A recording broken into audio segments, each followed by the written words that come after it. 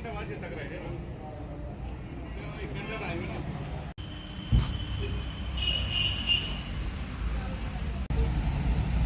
I got the official garage.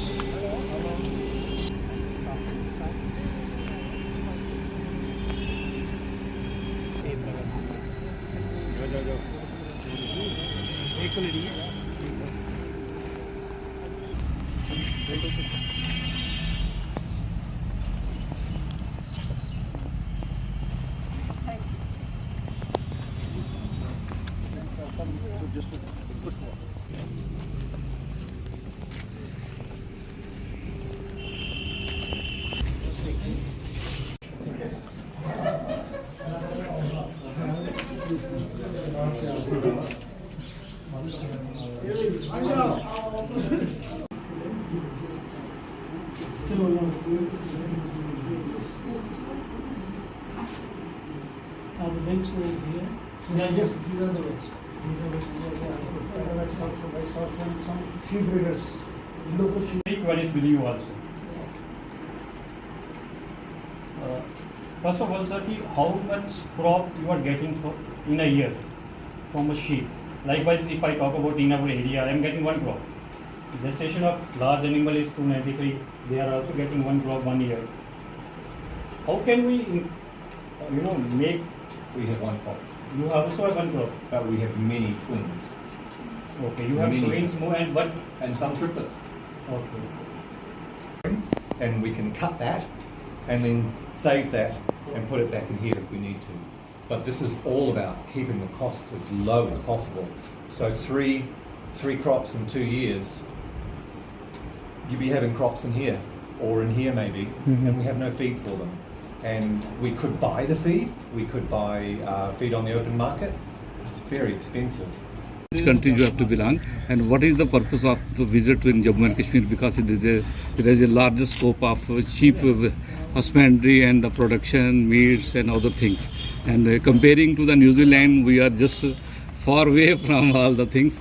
And what you have to judge and what advice you have for these people and these breeders and these officials? Okay, I think it's important to realise that this is just a fact-finding mission for us. We realise that there's a huge difference between your farming systems and our farming systems. Yeah.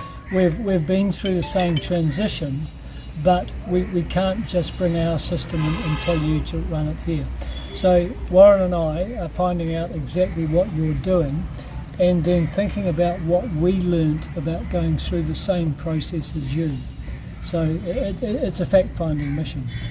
When we get back, we'll be writing a report to these people, Yeah. and they will be looking at it.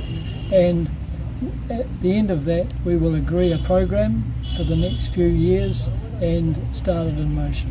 Yeah. So I think the Jammu and Kashmir has the traditional sheep rearing business just like, and you people have the modernized setup to grow the sheep and other things. So what we have to need to do in the future plannings? I think there's a lot we've learnt about the power of data in terms of calculating breeding values. So I think in terms of genetic gain, there's a huge amount you could learn from what we've done. Yeah. And also we appreciate the problems you people have with feeding stock.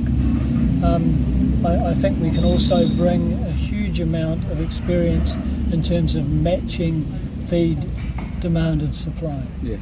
I'm Okay. a senior scientist with AgResearch, which is the New Zealand government-owned pastoral research institute. You're all right. The breeders in J&K face many challenges to lifting production.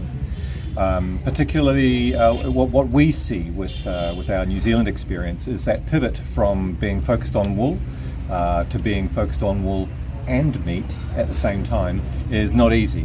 Yeah. Now, as Stuart has pointed out, it's been a real transition for us, something we're very, very proud of. But it has taken us 30 years. So if we can bring the lessons that we have learnt during that transitional time Okay. to the industry here in J&K and think about the interventions that we can bring and the priorities, develop a plan for those, then that's our goal. That's our prize for this project. Yeah. Look, I'd also just like to say how grateful we are to the staff of the Department of Sheep Husbandry in J&K. We have been very well looked after. They've been great hosts, and it's a privilege Yeah. to be working with them on this fact-finding mission, Yeah. and in the future as well. It's a joy. Yeah, we hope that in the future, in coming days, we must also lead towards New Zealand. Yeah. Well, we will have the opportunity to host some of the Indian staff from here in New Zealand in the future. Yeah. And we can only hope that we feed them as well as you have fed us. Okay, thank you. Thank you. Okay.